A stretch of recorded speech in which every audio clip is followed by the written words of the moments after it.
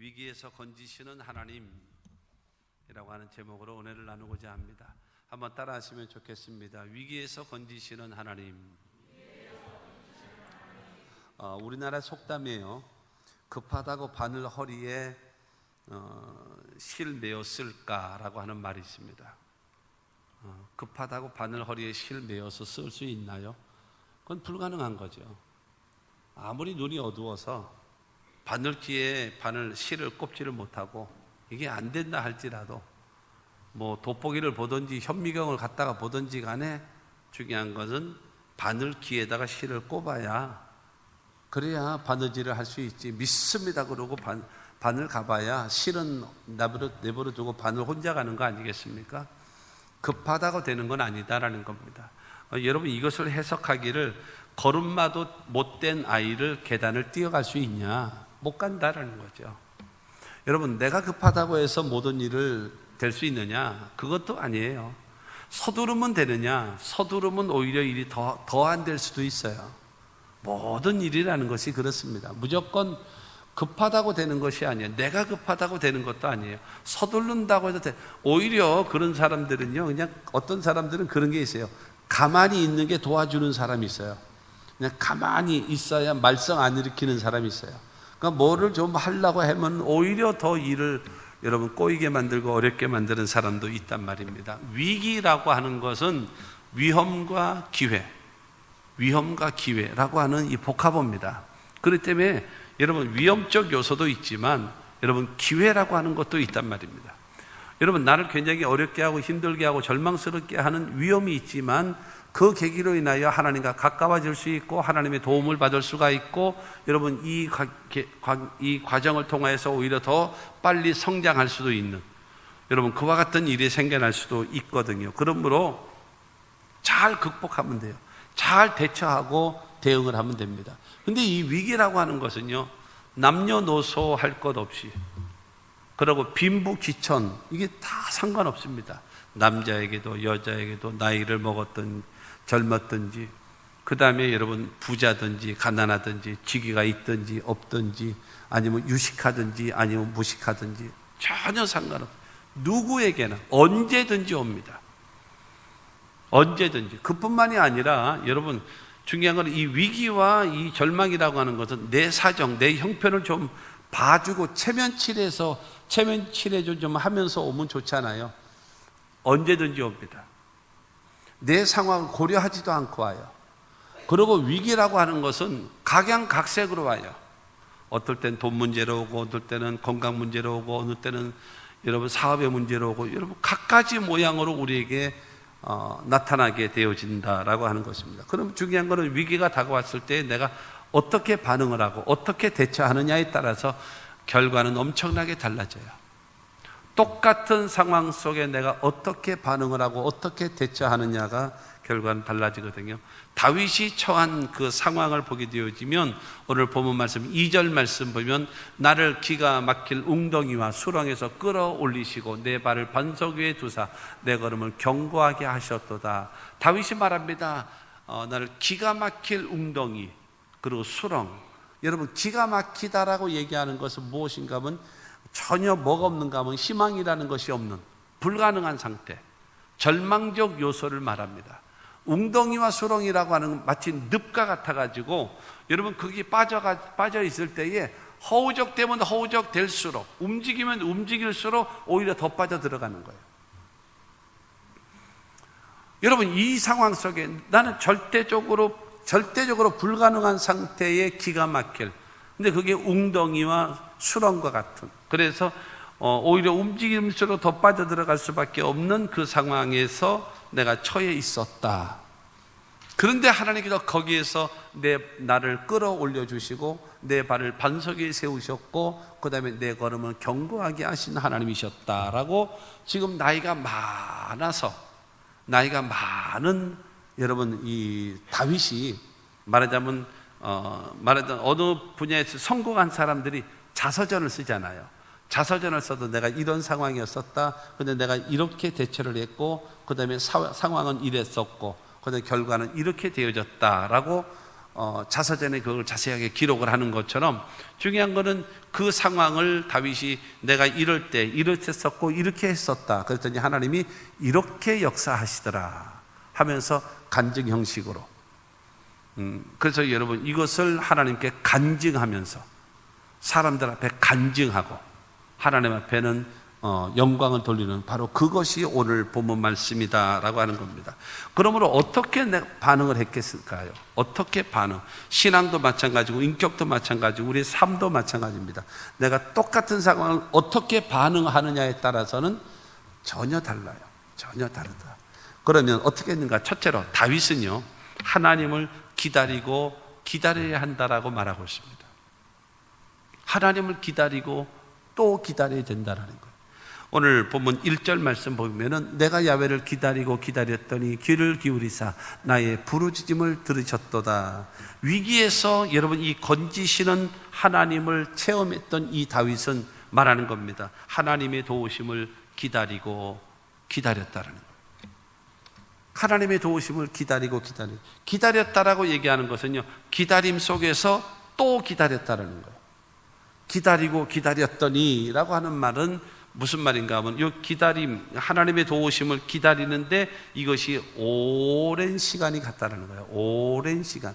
그럼에도 불구하고 변함없이 하나님의 도우심을 기대하는, 하나님을 여러분 기다리고 있는, 하나님의 사인을 기다리는 거예요. 하나님의 응답을 기다리는 거예요. 하나님께서 나에게 하시고자 하시는 말씀을 내가 그것을 듣는 거예요. 내가 무턱대고 일하면 되는 게 아니기 때문에, 무조건 내가 시행한다고 되는 것이 아니기 때문에 여러분 주님의 사인에 따라서 내가 움직이겠다라는 거예요. 그러므로 인해서 여러분 하나님 앞에 기다리고 기도하는 거예요. 반복적으로. 여러분 사울 왕의 핍박은 계속되어집니다. 그리고 여러 가지 모양으로 위기적 상황과 절망적 상황은 다가오고 있는 것입니다. 그러면서 여러분 이 다윗은 그럼에도 하나님의 도우심을 기다리는 거예요. 왜요? 기가 막힐 여러분 웅덩이와 수렁이라는 데가 뭐라 그랬어요? 움직이면 움직일수록 오히려 더 빠지는 거예요. 움직이면 움직일수록 오히려 더 수렁에 빠져버리는 거예요. 늪에 빠지는 거예요. 여러분 척추가 있는 사람을 중심으로 한 모든 짐승들은요 발이 땅에 닿아야 돼요. 발이 땅에 닿아야 도약을 할 수 있습니다. 발이 땅에 닿아야. 척추가 있으니까요. 날개가 달려있는 그런 것이라면 상관없죠. 뭐 그냥 날라버리면 되니까. 그러나 척추가 있는 존재들은요 발이 땅에 닿아야 합니다. 발이 땅에 닿아야 그걸 닿고 도약을 할 수 있어요. 일어날 수 있어요. 그러니까 여러분 수렁에 빠졌다라고 얘기하는 것은 뭐예요? 발이 떠 있는 거예요. 발이 떠 있는 거예요. 발이 떠 있는 거랑 똑같은 거예요. 그냥 깊은 수렁에 빠져 있기 때문에. 그러니까 이게 탁 딛고 올라갈 만한 그것이 없는 거예요. 이 상황 속에서 뭐 할 수밖에 없는가? 하면 할수록 더 안 되는 거예요. 내가 대처하면 대처할수록 더 안 되는 거예요. 그러니까 뭐 할 수밖에 없는가? 하나님의 도우심을 기다리고 기다리는 마음. 이게 여러분 쉬운 게 아닙니다. 이게 정말로 쉬운 게 아니에요. 더군다나 성격 급한 사람들은 이건 불가능한 겁니다. 거의 이거 기다리다가 숨 막혀. 이런 상황이란 말입니다. 그럼에도 불구하고 다윗은 기다리고 하나님의 때를 기다리는 거예요. 하나님의 응답을 기다리는 거예요. 하나님의 방법을 기다리는 거예요. 하나님에게 말씀하십시오. 내가 어떻게 해야 될까요? 하나님 말씀해 주세요. 내가 어떻게 처신하면 될까요? 내가 어떻게 말을 하면 될까요? 어떻게 행동하면 될까요? 하나님에게 깨닫게 해주세요. 나에게 알게 해주세요. 여러분 그걸 기다리는 거예요. 그 도움을 기대해요. 먼저 뛴다고도 되어지는 것은 아니다라고 하는 말씀입니다. 여러분 그야말로 사울 왕과의 관계 속에서 억울하기 짝이 없어요. 내가 뭐가 잘못했어요? 뭐가 잘못했길래 저 사울 왕이라고 하는 사람은 더군다나 사위로 여겨있는 나를 죽이려고 세상에 그 많은 병사들을 거느리고 하루 이틀도 아니고 1년 2년도 아니고 그 오랜 세월을 나를 죽이려고 저렇게 쫓아다니고, 이게 도대체 왜 이래야 되느냐? 왜 이런 상황이 내게 다가와야 되느냐? 중요한 거는 그런 상황 속에서 하나님 어떻게 해야 되나요? 어떻게 해야 돼요? 기가 막힌 거예요. 그래서 여러분 이 다윗이 사울 왕을 죽일 수 있는 기회가 여러 번 왔습니다. 여러 번 있었는데 다윗과 여러분 이 사울 왕과의 관계 속에서 이제 마지막 사건으로 인해서 그 사울은 사울대로 가고 그다음에 다윗은 다윗대로 가서 갈라질 수 있는, 그래서 그 위기가 끊어질 수 있는 그런 하나의 사건, 기회가 생겨났습니다. 그게 바로 뭔가 하면은 이제 다윗이 도망다니다가 어느 굴 속에 들어갔어요. 굴 속에 들어가서 그의 군대가 굴 속에 있는 겁니다. 그런데 다윗을 찾아다니던 이 왕이 너무 더우니까 나 좀 쉬었다 갈란다. 그래가지고 쉬었다 가기 위해서 굴 속으로 들어옵니다.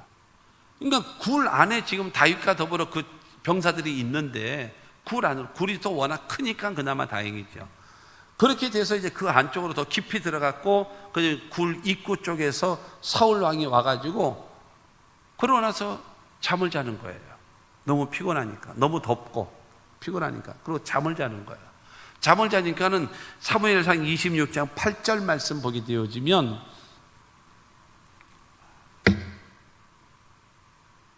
사무엘상 26장 8절 뭐 하나, 아비새가 다윗에게 이르되 하나님이 오늘 당신의 원수를 당신의 손에 넘기셨나이다. 그러므로 청하오니 내가 창으로 그를 찔러서 단번에 땅에 꽂게 하소서. 내가 그를 2번 찌를 것이 없으리이다 하니, 드디어 하나님께서 당신에게 원수를 갚을 수 있는 기회를 줬습니다. 내게 명령하면 내가 2번도 안 찌르고 단번에 찍어서 땅에 박히게 하겠습니다 라고 하는 거예요. 여러분, 절호의 기회라는 거예요. 절호의 기회. 그러자 9절부터 11절까지를 통해서 다윗이 말을 합니다. 다윗이 아비새에게 이르되 죽이지 말라. 누구든지 손을 들어 야훼의 기름 부음 받은 자를 치면 죄가 없겠느냐 하고, 또 다윗이 이르되 야훼께서 살아계심을 두고 맹세하노니 야훼께서 그를 치시리니 혹은 죽을 날이 이르거나 혹은 전장에 나가서 망하리라. 내가 손을 들어 야훼의 기름 부음 받은 자를 치는 것을 야훼께서 금하시나니 너는 그의 머리 곁에 있는 창과 물병만 가지고 가자 하고. 여러분, 다윗인 아비새가 말하는 겁니다. 단번에 내가 죽일 테니까 명령만 하시오. 그랬더니 죽이면 안 된다. 나도 죽이고 싶은 마음이 있다. 나도 너무나 억울하고 너무 힘들다. 그러나 죽이고 싶다. 그러나 하나님이 기름 부음 받은 자는 치지 말라고 했다. 나는 그러므로 그를 죽여서는 안 된다. 인간의 방법 때문에, 인간의 수단 때문에 하나님의 방법이 방해되어져서는 안 된다라는 거예요. 그리고 내가 억울하다고 해가지고 하나님의 뜻을, 하나님의 명령을 어겨가면서까지 내가 이 일을 하고 싶지 않다라는 거예요. 이렇게 하면 오히려 그것이 뭐가 되어지는가 하면 죄가 된다는 거예요. 억울하다고 해서 그냥 뭐 죽이게 되어지고 그러면 서로 원수가 되지 않겠냐. 서로 원수가. 반드시 사울을 죽여야 한다면 하나님이 하실 거다. 나이를 먹어서 죽게 하든가, 전쟁 때문에 죽게 하든가, 사고로 죽게 하든가 하나님이 해결하실 거다. 그 하나님이 하실 일을 내가 하면 되겠냐? 나는 할 수가 없다. 그러므로 아비새야, 너는 가서 사울왕 머리맡에 있는 물병, 그 다음에 창을 들고 와라. 전에도 여러분 굴 속에서 만났었습니다. 멀리 다윗은 봤어도 사울은 못 봤죠. 그렇게 봤었을 때에는 다윗이 어떻게 되냐면 칼을 가지고 여러분 사울의 옷을 잘랐어요. 옷을 잘라가지고 그러고 나가지고 왕이시여 어찌하여 나를 쫓아다니십니까? 내가 당신을 죽일 수도 있지만 내가 죽이지 않고 당신의 옷자락만 잘라왔습니다. 이것이 나의 왕에게 해를 끼치지 않는 사람이라는 것이고 내가 억울함을 지금 호소하는 것입니다 라고 이야기를 했거든요. 근데 이번에는 지금 사울 왕이 창하고 그 다음에 물병을 이렇게 여러분 가지고 오게 만든 겁니다. 왜냐하면 내가 한다고 해서 되는 것이 아니다. 인간의 방법으로 수단과 방법을 가지고 사울을 죽여버리면 또 악순환에 반복되지 않겠나. 하나님의 때를 기다리자. 저 사람이 원수라면 하나님이 죽이시거나 하나님이 없애버리지 않겠나 라고 하면서, 그러면서 여러분 기다리는 거예요. 여러분 다윗이라는 사람이 원래 직업이 뭡니까? 원래 직업은 여러분 다윗은 아버지의 양을 치는 목동이었습니다. 목동. 목자도 아니고 사실은 목동이죠. 목동입니다. 그래서 사무엘이 와서 그 이새의 아들들 가운데 그 이스라엘의 차기 왕이 되어지는 사람을 기름 부을 때에 다윗에게 기름을 부었잖아요. 그때 다윗의 나이가 15살입니다. 15살. 그러니까 우리 중학교 2학년 되어질 그 나이에 사무엘이 그에게 기름을 부었어요. 그러고 나서 골리앗을 죽이지 않습니까? 이스라엘이 여러분 절대절명의 위기였었을 때에 그 골리앗을 물리친 나이가 몇 살인가 하면은 다윗이 20살 때입니다. 다윗이 20살 때. 그러고 나서 이제 파란만장한 인생을 살다가 35살이 되어져서 유대 나라의 왕이 됩니다. 유대 나라의 왕. 그렇게 되어져서 35살의 왕이 되어진 다음에 전체적으로 40년 동안 통치를 해서 그러고 나서 가거든요. 그러니까 중요한 거는 그런 상황 속에서, 그런 절망에서 내가 억울합니다, 그러나 나는 당신이 죽일 수 있습니다. 그러나 당신을 죽이지 않는 이유는 하나님의 말씀이기 때문에 죽이지 않는 겁니다. 인간의 방법으로 해서는 안 되기 때문에, 하나님의 기름 부음 받은 자이기 때문에, 그리고 하나님이 서로 해결할 것을 바라보고 있기 때문에 난 죽이지 않습니다라고 했던 거거든요. 그런데 자기가 뭐 어떤 사람이라고요? 여러분, 목동이에요. 목동. 양을 돌보는 사람이에요. 근데 기름 부음 받을 때 언제 기름 부음 받았는가 하면 양을 잘 돌보고 있는 거를 하나님이 보시고 나서 다윗을 이스라엘의 차기 왕으로 세우신 거거든요. 그렇기 때문에 자기가 양을 잘 돌봤어요. 그렇기 때문에 양에게는 뭐가 없는가 하면 부족함이 없어요. 어떤 상황 속에서도 양은 행복한 거예요. 편안한 거예요. 왜냐하면 목동이 워낙 좋으니까, 워낙 잘하니까. 그렇기 때문에 양에게 부족함이 없는 겁니다. 그랬던 여러분 그 다윗이요, 자기를 양으로 비유하고 하나님을 자기의 목자로 삼았습니다. 자기가 목자고 자기가 기르는 양들이 자기의 돌봄으로 인하여서 전혀 뭐가 없었는가 하면 부족함이 없었어요. 심지어는 여러분 맹수들이 와서 그 새끼 양을 움켜가게 되어지면 골리앗과 싸우러 나갈 때에 사울 왕에게 했던 말 아니겠습니까? 내가 가서 쫓아가서 그 사자나 곰의 그 이빨에서 내가 새끼 양을 뽑아냈습니다. 그리고 그것이 나를 치려 하면 내가 턱쇠을 잡고 쳐서 내가 사자나 곰을 쳐 죽였었나이다. 여러분, 이것이 가능합니까? 이게 현실적으로 여러분 쉽지 않은 일이거든요. 그만큼 목숨을 걸고 양들을 돌본 사람이라는 거예요, 자기가. 근데 하나님이 곰의 발톱과 사자의 발톱에서도 하나님 나를 건져내 주셨다라고 말을 했거든요.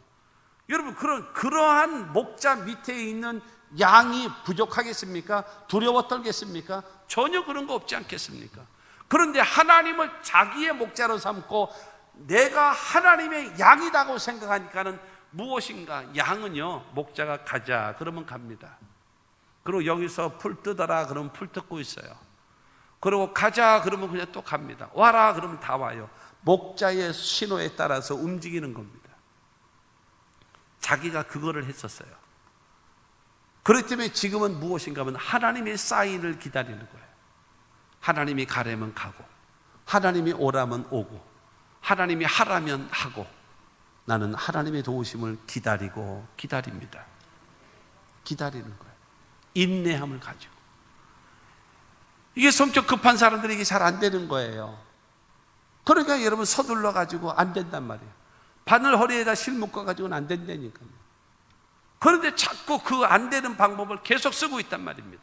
계속 쓰고 있단 말입니다. 우리는 뭐 할 줄 알아야지? 기다릴 줄 아는, 하나님의 도우심을 기다릴 줄. 시편 37편 9절 말씀 보게 되어지면 진실로 악을 행하는 자들은 끊어질 것이나 야훼를 소망하는 자들은 땅을 차지하리로다. 하나님을 소망하는 사람, 저 다윗의 고백입니다. 뿐만이 아니라 시편 39편 7절 말씀 보면 주여 이제 내가 무엇을 바라리요 나의 소망은 주께 있나이다. 여러분, 이 다윗은 그 하나님을 바라보고 하나님을 기다리는 이 마음을 이렇게 고백을 하는 겁니다. 내가 누구를 바라보겠습니까? 나의 소망은, 내가 기다리는 것은 오직 하나님만 바라보나이다. 하나님의 사인. 하나님이 가자 할 때 가는 거예요. 하나님이 하자 할 때 하는 거예요.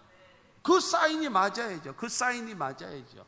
그 사인이 맞지 않으면 안 된다라는 거예요. 성가대가 이게 찬양을 할 때에 오늘 정말로 좋은 찬양, 신의 영광 같은 거 정말로 은혜스러운 찬양을 해주었는데, 여러분, 이 지휘자의 손에 의해서 피아노가 움직이고 지휘자의 손에 의해서 딱 나와야지. 지휘자는 하려고 하는데 지 혼자 먼저 나왔다. 그건 다 째려보는 거지. 다 째려보는 거지. 왜 저래? 남은 하는데 안 하면은 표가 안 나. 옆에서 다 하니까.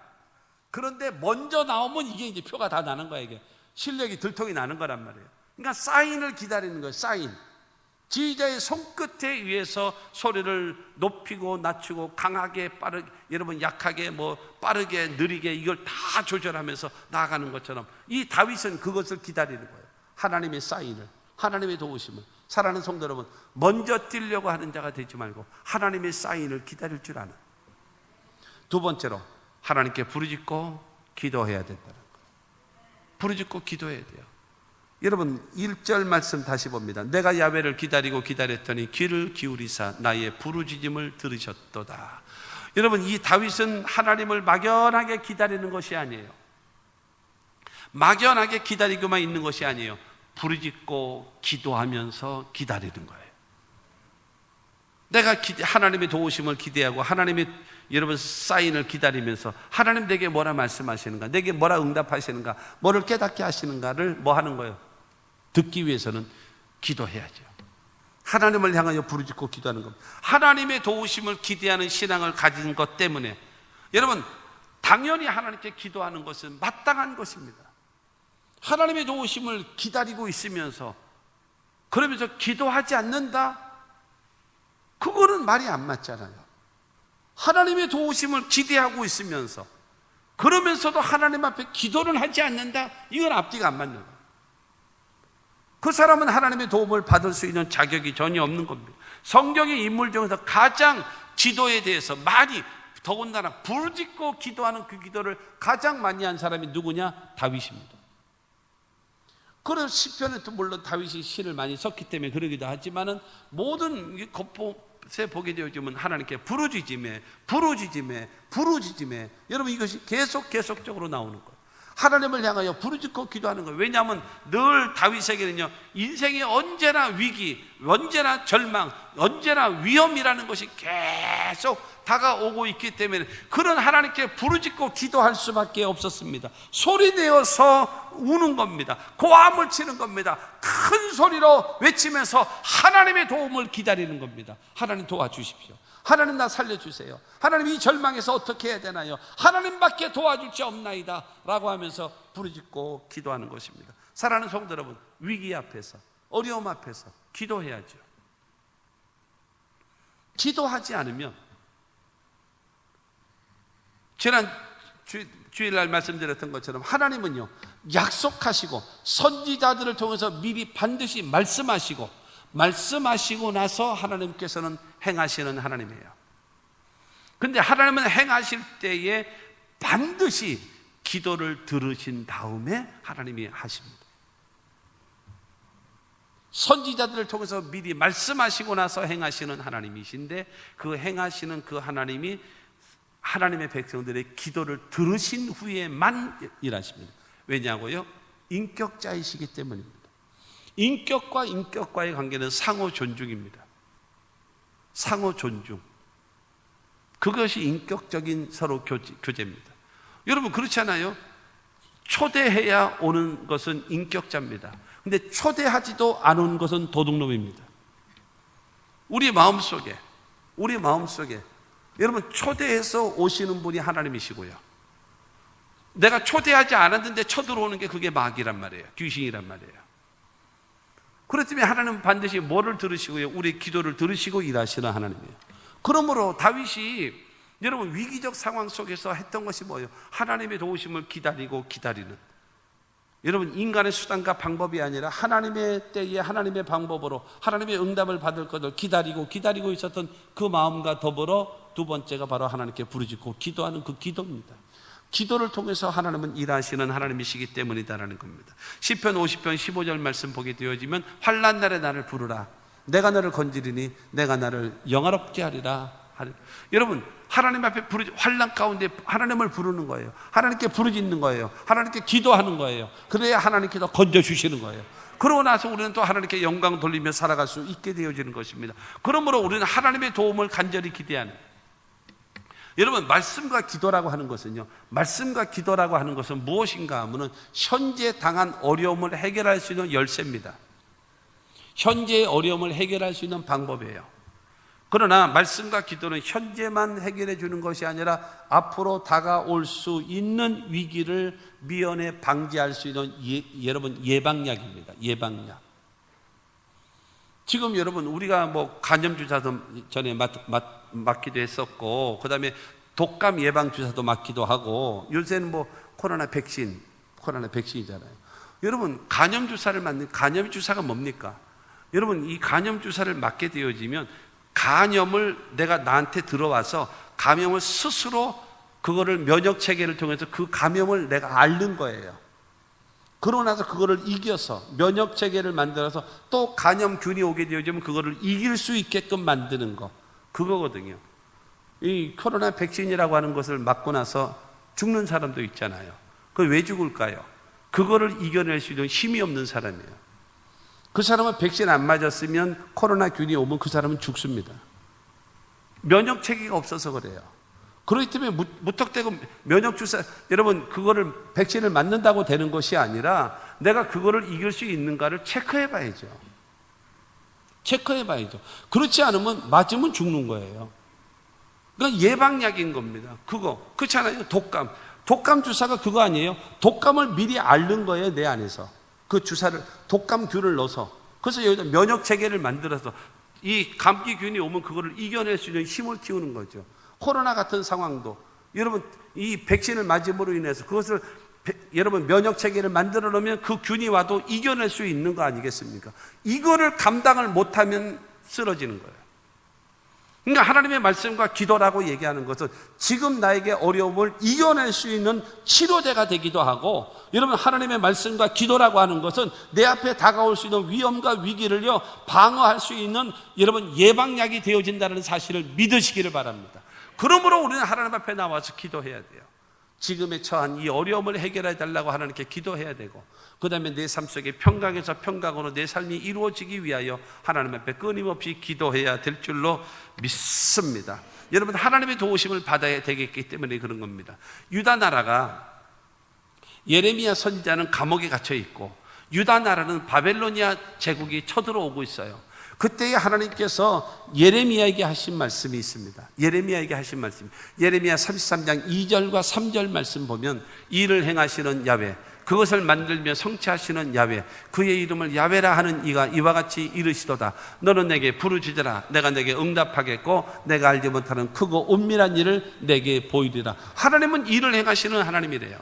그리고 만들며 성취하시는 하나님이래요. 그리고 그의 이름을 야훼라 하는 이라고 하는 것은 언약하시고 약속하신 것을 반드시 이루시는 하나님이라는 거예요. 그 하나님이 우리에게 말씀하십니다. 너는 내게 부르짖으라. 내가 내게 응답하겠고 네가 알지 못하는 크고 은밀한 일, 네가 상상하지도 못하고 깨닫지 못하던 그 일을 내 방법으로 내가 도와주겠다라는 겁니다. 그러므로 우리가 해야 될 일은 바로 무엇인가 하면 하나님을 향하여 부르짖고 기도하는 것입니다. 할렐루야. 여러분 시편 30편 2절 말씀 보면, 야훼 내 하나님이여 내가 주께 부르짖음에 나를 고치셨나이다 라고 얘기해요. 34편 6절도 보게 되어지면, 이 공고한 자가 부르짖음에 야훼께서 들으시고 그의 모든 환난에서 구원하셨도다. 여러분 이 고백들이 전부 다 다윗이 고백한 건데 더 엄청나게 많지만, 여러분 하나님께 공고한 자들이 부르짖고 기도할 때에 병든 자리에서 치료해 주셨고, 여러분 모든 환난에서 건져내 주시는 그 하나님 앞에 우리 모두가 뭐 해야 돼요? 기도해야 돼요.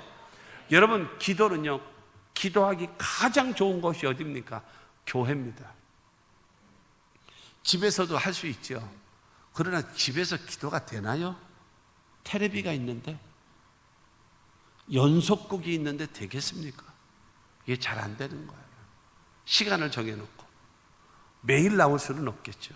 매일 나와서 해야 되는 사람들은 주의 종들이고, 여러분 매일은 못 나오면 시간을 정해놓고 그래도 일주일에 그래도 한두 번은 정기적으로, 기름 부음 받은 자들이라면 그래도 최소한 한두 번 정도는 나와서, 교회는 별일 없는가, 어디 벽돌 뭐 깨진 데는 없는가, 이런 거 좀 한번 구경이라도 한번, 관찰이라도 한번 해보면 하는 마음으로라도 여러분 와서 하나님 앞에 예배하고 찬양하고 기도하고 하나님을 섬기는, 그것이 얼마나 좋겠습니까? 그래서 하나님의 치료함도 받고 여러분 모든 환란에서 건지시는 이 구원의 역사도 경험하며 살아가시는 우리 모두가 되기를 주의 이름으로 축원합니다. 셋째가 바로 무엇인가 하면 하나님만 의지하는 겁니다. 4절 말씀 보게 되어지면 야훼를 의지하고 교만한 자와 거짓에 치우치는 자를 돌아보지 아니하는 자는 복이 있도다. 야훼를 의지하고 교만한 자라고 얘기하는 것은요, 중요한 것은 하나님의 방법보다 세상적 방법으로 살아가는 사람, 잘난 것도 없으면서 지가 잘난 척하면서 여러분 고개 흔들며 다니는 그 사람, 그게 가장 교만한 사람이라는 거예요. 거짓에 치우치는 사람은 누구냐 하면은요, 이 수단과 방법을 가리지 않고 자기 욕심을 이루는, 남을 속여서라도 빼앗아가서라도 어쨌든 자기의 욕망을 이루려고 하는 사람, 그들이 거짓에 치우치는 사람입니다. 그렇기 때문에 하나님의 도우심을 받기를 원하는 다윗은 하나님 앞에 기다리는 신앙을 갖고, 두 번째로는 하나님 앞에 부르짖고 기도하는 신앙을 갖고, 세 번째로는 교만한 자는 거절하고, 거짓에 치우치는 사람 하고 그들을 거절하고 하나님만 의지하는 거예요. 하나님의 말씀대로만 순종하며 살겠습니다 라고 하는 그런 다짐, 그것이 하나님의 도움을 받을 수 있는 자라는 사실을 믿게 되기를 바랍니다. 여러분, 인간의 수단과 방법을 통해서 위기를 해결하는 것이 아니에요. 내 위기에서 해결할 수 있는 방법은 무엇인가 하면 선택입니다. 내 수단, 방법, 내 노력, 내 지식, 내 경험, 이것이 아니에요. 해결할 수 있는 방법은 선택입니다. 어떤 선택인가요? 하나님이냐, 세상 방법이냐, 이걸 선택하는 거예요. 하나님이냐, 사람이냐, 선택하는 겁니다. 엘리야의 말처럼 바알이 하나님이라면 바알 편에, 야훼가 하나님이라면 야훼 편에 서라. 어느 때까지 두 사이에서 머뭇거리려느냐, 결정해라. 오늘 야훼가 하나님이라면 야훼 편에 서고, 바알이 하나님이라면 바알 편에 서라. 하나님 중심이냐, 세상 중심이냐, 사람 중심이냐, 하나님 중심이냐, 오늘날 결단하라. 그래야 하나님께서 분명하게 여러분을 도와줘야 될지 아니면 방치해야 될지 결정하지 않겠습니까? 그러므로 여러분들의 마음속에, 여러분, 내 영혼이 확정되어 싸우니 주님만 믿고 주님만 의지하기로 다윗이 고백했던 것처럼, 하나님, 내 영혼이 확정됐습니다. 하나님만 믿기로, 하나님만 의지하기로, 여러분 굳은 저리를 하나님께 보여줘야 하나님이 나를 도와주지 않겠냐라는 거. 그렇기 때문에 하나님을 기다리고 하나님께 부르짖고 기도하는 사람은 그 다음에 하나님 다른 거 없습니다. 나는 주님만 바라봅니다. 주님만 의지합니다. 할렐루야. 우리의 선택이 내 인생을 좌우하는 거예요. 내 운명을 좌우하는 겁니다. 그러므로 여러분, 하나님 나는 정했습니다. 하나님만 선택이로. 여러분, 여호수아가 말하지 않습니까? 너희가 오늘날 결정하라. 저 강 건너에 있는 우상을 섬기든지, 너희가 조상들이 섬기던 우상을 섬기든지 너희 마음대로 해라. 그러나 나와 내 집은 야훼 하나님을 섬기겠노라 라고 얘기했더니 이스라엘 백성들이 우리도 야훼만 섬기겠나이다, 우리도 야훼만 섬기겠나이다 라고 고백했던 것처럼 여러분, 하나님 앞에 고백해야 돼요. 결단을 보이셔야 됩니다. 이것도 아니고 저것도 아니고, 그러니까는 맨날 얻어 터지는 거죠. 맨날 시련, 근심, 여러분 역경, 위기가 계속적으로 끊이지 않게 다가오는 거예요. 결정해서 누구 편이어야 돼요? 하나님 편. 야훼는 내 편이시라. 하나님 내 편이시라며요. 여러분, 하나님은 내 편이시라고 주님 말씀하시는데, 중요한 거는요, 내가 하나님 편이어야지요. 아브라함 링컨이 그 위대한 말을 한 것입니다. 그 부하가 말하기를, 대통령 카카, 이제는 전쟁에서 이기겠습니다. 어째서? 그랬더니 여호와는 내 편이시라. 하나님이 우리 돕는 자 중에 계시니 사람이 내게 어찌할꼬. 성경은 내가 오늘 말씀을 통해서 우리가 깨달았습니다. 하나님 우리 편이십니다. 그때 아브라함 링컨이 말을 했습니다. 하나님은 우리 편이 되기를 원하시는데, 중요한 거는 내가 하나님의 편에 섰는가를 끊임없이 점검해 보아야 한다. 내가 하나님 편에 서야죠. 하나님은 내 편 되기를 원하시는데 내가 하나님하고 적으로 서 있으면 되겠냐라는 거죠. 여러분, 그걸 결단하는 겁니다. 하나님 앞에. 시편 146편 3절로 5절 말씀 보게 되어지면, 귀인들을 의지하지 말며 도울 힘이 없는 인생도 의지하지 말지니 그의 호흡이 끊어지면 흙으로 돌아가서 그날에 그의 생각이 소멸하리로다. 야곱의 하나님은 자기의 도움으로 삼으며 여호와 자기 하나님에게 자기의 소망을 두는 자는 복이 있도다. 어떤 뭐 권력이라든가 힘이 있다든가 능력이 있다든가 이것이 아니라 나는 하나님만 의지하겠습니다. 하나님께서 나를 도와주시면요, 사람들을 통해서 일하시는 거예요. 주변의 사람들을 통해서 일하시는 거예요. 근데 내가 하나님을 제껴놓고 내 주변에 있는 사람들과의 관계 속에서 하려고 하게 되어지면 안 된단 말이에요. 일이 꼬인단 말이에요. 그러나 하나님이 도와주시면 내 주변에 있는 사람들의 마음을 설득시키고 이해시키고 깨닫게 하셔서 여러분 나를 도와줄 수 있도록 주님이 역사하심을 믿게 되기를 주님의 이름으로 축원합니다. 그러므로 여러분 하나님에 대한 절대적인 신뢰와 믿음을 가져야 됩니다. 다윗이라고 하는 사람은요, 전쟁에 나가서 져본 적이 없거든요. 져본 적이 없어요. 근데 언제나 전쟁을 하면 그 노획물을 가지고 오잖아요. 그러면 다윗은요, 100마리의 양, 말. 여러분, 그 당시에 말이라고 얘기하는 거는요, 이게 지금으로 말하면 이 전차와 같은 겁니다. 전차. 강력한 무기를 싣고 다니고, 그 다음에 총을 쏠 수 있을 만한 그런 차를 말하거든요. 그 당시 이 말이니까요. 그런데 이 다윗은요, 자기가 가지고 있는 그 말 중에서 100마리만 빼놓고는 전부 다 말의 뒷발의 힘줄을 잘라버립니다. 말은요, 여러분, 전에 이 동물의 왕국, 이제 그거를 보게 되어지니까 그 사자가 그 새끼 말을, 얼룩말을 여러분 물었어요, 이제. 그래가지고 이제 먹으려고 이제 물은 거예요. 그러니까는 어미가 그 자기 새끼를 데려가기 위해서, 살리기 위해서 뒤로 딱 서가지고 두 발로 여러분 사자의 옆구리를 찼습니다. 그러자 여러분 저기가 입에서 말이 떨어졌어요. 입에서. 그 사자는 일주일 동안 갈비뼈 부러져서 죽었대요. 여러분, 말의 뒷발에 차이면 사자가 죽습니다. 그리고 사자가 거의 안 덤비는 약하게 생긴 짐승이 또 있는데 그게 누구냐면요, 기린입니다. 기린. 멀때같이 키만 커가지고 저거 뭐에 써먹나. 여러분, 제일 무서운 게 뭔지 아십니까? 기린이 목이 이만큼 길잖아요. 엄청 길잖아요. 그러면 사자가 이게 오잖아요. 그러면 그 긴 머리, 이게 목이죠. 그 목으로 휘둘러가지고 사자 옆구리를 팍 자기 머리로 채는 거죠. 상 쳐버리면요, 날아가 버립니다. 절대로 기린은 못 덤벼. 기린한테는 못 덤빈대요. 기린한테는.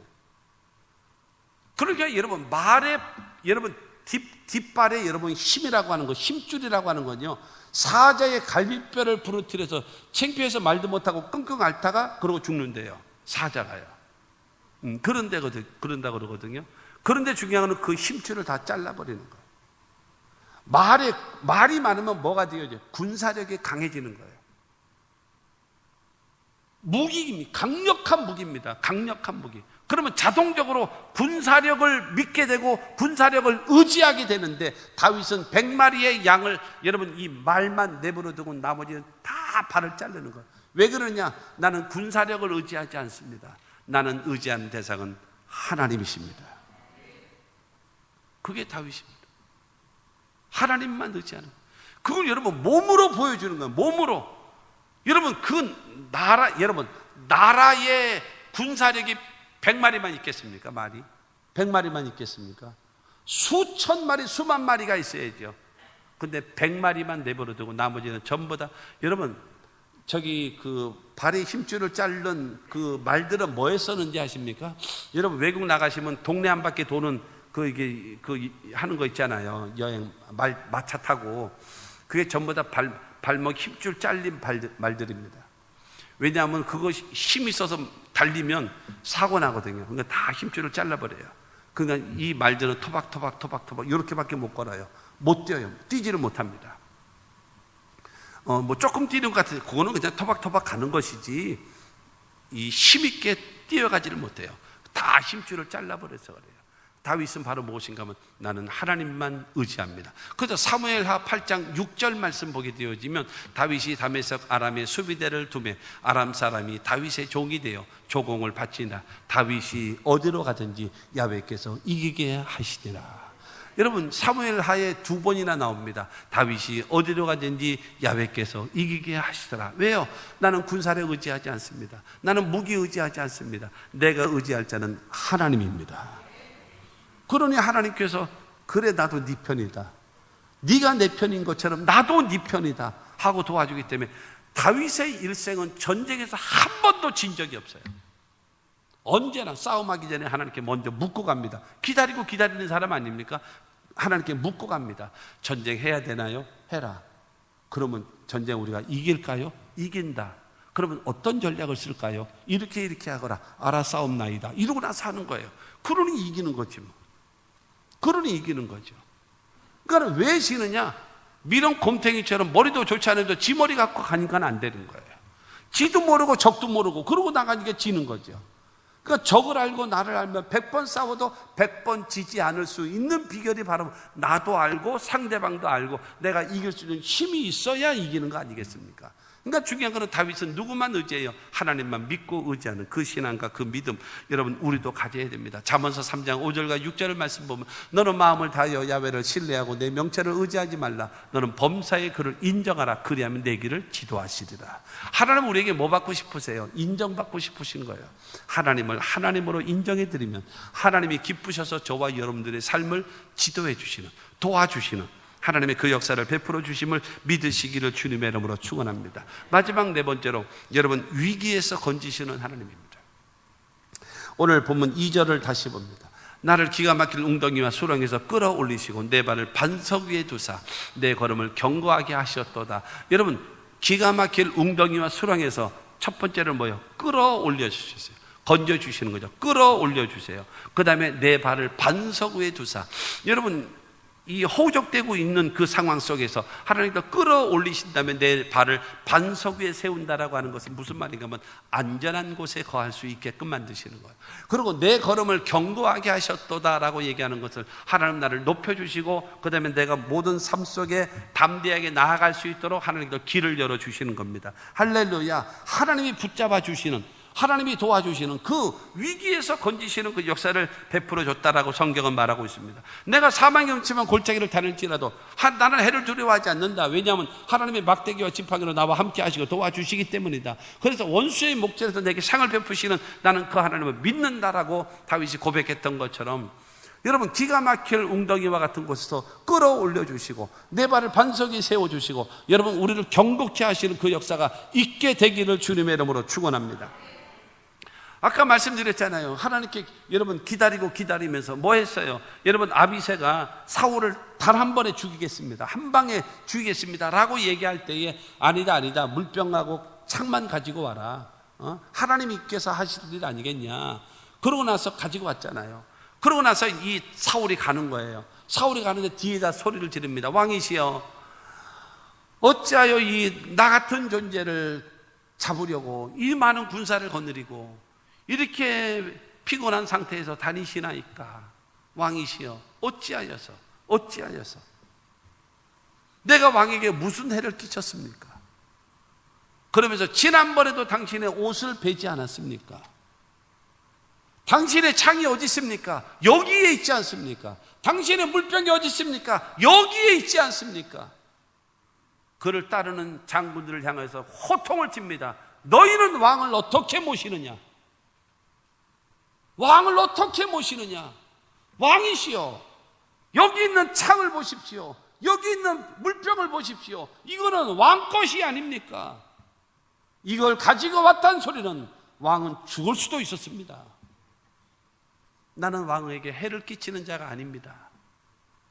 내 억울한 것을 지금 말하고 있는 것입니다. 그러고 나서 다윗이 호소를 하는 거예요. 그러자 사울이 여러분 벼룩도 낯짝이 있대요. 벼룩도 낯짝이 있다고. 여러분 사무엘상 26장 25절 말씀 보면 사울이 다윗에게 이르되 내 아들 다윗아 내게 복이 있을지로다. 내가 큰 일을 행하겠고 반드시 승리를 얻으리라 하니라. 다윗은 자기 길로 가고 사울은 자기 곳으로 돌아가니라. 하나님이 해결하시는 거예요. 원수였던 사울이 말합니다. 다윗아 너는 복이 있다. 너는 큰 일을 행할 것이고 너는 반드시 승리할 사람이다. 그러나서 잘 있거라, 나는 간다. 다시는 너를 쫓아오지 않을게. 다시 너 잡으러 다니지 않을게. 그러나서 다윗은 자기의 길로 가고 사울은 자기의 길로 가게 되라. 하나님이 여러분 깨끗하게 마무리 시켜줍니다. 여러분 옛날 저기 영화 보세요. 영화, 특히 중국 영화, 무술 영화 보세요. 이 두 가문이 왼수가 졌어. 그래가지고 무술하는 사람들을 저기 모아가지고 쳐들어가. 그래가지고 다 죽이는 거야. 다 죽이는 거야. 막내 아들 마루 밑에서 그거를 다 보고 있습니다. 눈물을 흘려가면서 그걸 보고 있어. 보고 있다가 그 다음에 어디로 들어가는가? 소림사로 들어갑니다. 그래가지고 10년 동안 갈고 닦아 그냥 그래서 그냥 뭐 찬물로 목을 재며 하면서 난리를 치게끔 한 다음에 그 다음에 15년 후에 이제 하산을 해가지고 그 왼수 집에 가가지고 또 다 부시는 거야. 그리고 다 죽이는 거야 또. 근데 그 둘째 아들이 또 그걸 또 다 보고 숨었어. 저 집은 소림사로 갔으니까 이번에는 대림사로 가는 거야. 대림사 가서 20년 동안 또 갈고 닦아가지고, 여러분 너도 죽고 나도 죽고 너도 망하고 나도 망하고, 이것이 인간사 아닙니까? 인간사. 근데 하나님께서는 원수된 사울이 다윗아 내가 복이 있도다. 내게 너는 큰 일을 행할 것이고 반드시 승리를 얻을 것이다 하고 나서 다시는 너 쫓아오지 않을게. 다시는 너 어렵게 하지 않을게. 미안했다 미안했다. 그러고 나서 자기의 길을 돌아가는, 위기에서 건지시고. 만약에 사울을 내가 죽였다면 사울의 아들 가운데 여러분 다윗과 원수가 되지 않겠습니까? 그러면 그쪽에서 또 원수를 갚으려고 그럴 거고 또 원수를 갚고, 여러분 이 악순환이 반복되어질 터인데, 여러분 사울이 오히려 다윗을 축복하고 자기의 길을 갈 수 있게끔 위기에서 건져내 주시는 그 하나님의 역사를 베풀어 주시는 겁니다. 그렇기 때문에 하나님의 때를 기다릴 줄 알고 하나님께 기도할 줄 알고 그 다음에 하나님께 여러분 순종하며 하나님만 의지하는 신앙을 가져야 하나님이 일하시는 거예요. 인간의 수단과 방법으로 되는 것이 아니란 말입니다. 결단입니다. 결단. 하나님 앞에. 그래야 하나님이 내 편에 되어주지 않겠습니까? 3절 말씀 보게 되어지면 3절에 새 노래 곧 우리 하나님께 올릴 찬송을 내 입에 두셨으니 많은 사람이 보고 두려워하여 야훼를 의지하리로다. 여러분 하나님 앞에 감사하고, 하나님께서 여러분 얼마나 감사해요. 이 기가 막힐 웅덩이에서 건져내 주셨으니 얼마나 감사합니까? 하나님께 감사하고 찬양하고 영광을 돌렸어요. 그러고 나서 했더니 많은 사람이 두려워했대요. 뭘 두려워하나요? 하나님, 살아계신 하나님을 두려워하는 거예요. 그리고 많은 사람들이 하나님을 두려워하는 것뿐만이 아니라 야훼 하나님을 의지하였더라라고 말하는 거예요. 내가 여러분 기가 막힐 웅덩이에서 건져주시는 하나님의 역사를 간증함으로 인하여 주변에 많은 사람들이 살아계신 하나님을 두려워하게 됐고 살아계신 하나님을 여러분 의지하게 만들었다라고 성경은 말하고 있는 겁니다. 여러분, 그러므로 내가 잘 되어져서 나로 인하여 주변의 모든 사람들도 살아계신 하나님을 알고 믿고 섬길 수 있도록 만들 수 있는 기적의 주인공들이 되시기를 주님의 이름으로 축원합니다. 여러분 오늘 본문 5절 말씀에도 보게 되어지면 야훼 나의 하나님이여 주께서 행하신 기적이 많고 우리를 향하신 주의 생각도 많아 누구도 주와 견줄 수가 없나이다. 내가 널리 알려 말하고자 하나 너무 많아 그 수를 셀 수도 없나이다. 하나님과 견줄 자 누가 있습니까? 아무도 없습니다. 하나님이 나 이렇게 도와주셨다, 하나님이 이렇게 나에게 기적을 베푸셨다, 하나님께서 나를 이렇게 돌봐주셨다라고 말을 하려도 너무너무 많아서 다 말을 할 수가 없습니다 라고 고백하는 겁니다. 하늘을 도로마리 삼고 바다를 먹물 삼아도 한없는 하나님의 사랑 다 기록할 수 없겠네. 이와 같은 고백이 저절로 나오는 거예요. 할렐루야. 이와 같은 역사가 여러분 모두에게 있게 되기를 바랍니다. 울어도 힘써도 참아도 몸부림쳐도 안 되지만 하나님이 도와주시면 됩니다. 이 믿음을 갖고 살아가는 우리 모두가 되기를 바랍니다. 이거는 머리로 아는 게 아니에요. 입으로 아는 것이 아니에요. 생각으로 아는 것이 아니에요. 우리의 삶을 통해서 그 살아계신 하나님을 알고 경험하고 체험하고 고백할 수 있는 여러분 모두가 되기를 주님의 이름으로 축원합니다. 맛을 봐야죠. 맛을 봐야죠. 그 하나님의 역사를. 결론으로 말씀드립니다. 시편 37편 23절과 24절 말씀. 야훼께서 사람의 걸음을 정하시고 그의 길을 기뻐하시나니 그는 넘어지나 아주 엎드러지지 아니함은 야훼께서 그의 손으로 붙드심이로다. 여러분, 우리를 향하신 걸음, 여러분 하나님 계획이 있어요. 그걸 정해놓으시고 그 길을 기뻐하세요. 근데 그 길을 가는 우리들을 하나님이 꽉 붙잡고 계셔서 넘어질 때도 있고 쓰러질 때도 있고 절망할 때도 있고 고통당할 때도 있지만 아주 엎드러지지 않게끔 주님께서 나를 붙잡아 주시고 나를 인도해 주신다는 거예요. 그 역사를 우리가 경험하며 살아갈 수 있는 방법은 다윗과 같이 어떻게 해야 되나요? 첫째로 하나님을 기다리고 기다리는, 하나님의 도우심, 하나님의 사인, 하나님의 방법, 하나님의 때를 기다리고 기다리는 겁니다. 그 다음에 두 번째가 하나님을 향하여 부르짖고 기도하는 겁니다. 왜? 하나님이 나를 위하여 일하시도록, 하나님이 나를 위하여 일하시도록 기도하는 겁니다. 그리고 세 번째는 하나님만 전적으로 교만한 자 물리치고, 그 다음에 거짓에 치우치는 자 거절하고, 그 다음에 하나님만 믿고 하나님만 의지하고 하나님 말씀에 순종하는 삶을 살아가는 신앙을 통하여 하나님께서 우리를 도와주셔서 그야말로 원수의 목전에서 상을 베푸시는 그 하나님의 역사를 경험하며 살아가시는 여러분들이 되기를 바랍니다. 살아계신 하나님을요 느끼고 그 하나님을 경험하고 그 가운데 행복하게 신앙생활하는 여러분들이 됐으면 좋겠습니다. 그래야지요. 남이 먹어본 것만 보고, 여러분 그 말만 들으면 되겠습니다. 내가 먹어봐야 맛을 알지. 내가 체험해서, 내가 경험해서 정말로 하나님께 감사하고 감격하고 찬양하며 섬기는 여러분 모두가 되기를 주님의 이름으로 축원합니다. 다윗이 당했던 기가 막힐 웅덩이와 수렁에 걸려있던 것처럼 우리 대한민국이 지금 이렇지 않습니까? 위기입니다. 교회도 위기고, 우리의 가정도 위기고, 우리의 사업도 위기고, 모든 삶이 위기가 여러분 그냥 사방에 널려 있습니다. 우리가 살 길은 바로 무엇인가? 다윗과 같이 올바른 처신입니다. 하나님을 기다리고 하나님께 부르짖고 그 다음에 하나님만 의지하고 그래서 하나님이 도와주셔서 여러분 간증하고 찬양하고 영광 돌릴 수 있는 저와 여러분들이 되기를 주님의 이름으로 축원합니다. 여러분, 다윗이 처한 위기 상황에서 다윗이 대처하는 신앙을 통하여 그리고 하나님께서 도와주셔서 간증하고 많은 사람들에게 주님께로 돌아오게 만드는 그 사건을 하나님께서 여러분에게 주시는 사인입니다. 여러분에게 주시는 메시지입니다. 여러분들도 위기에서 건지시는 하나님을 알지만 말고 깨닫지만 말고 그것을 경험하며 살아가는 여러분 모두가 되시기를 주의 이름으로 축원합니다.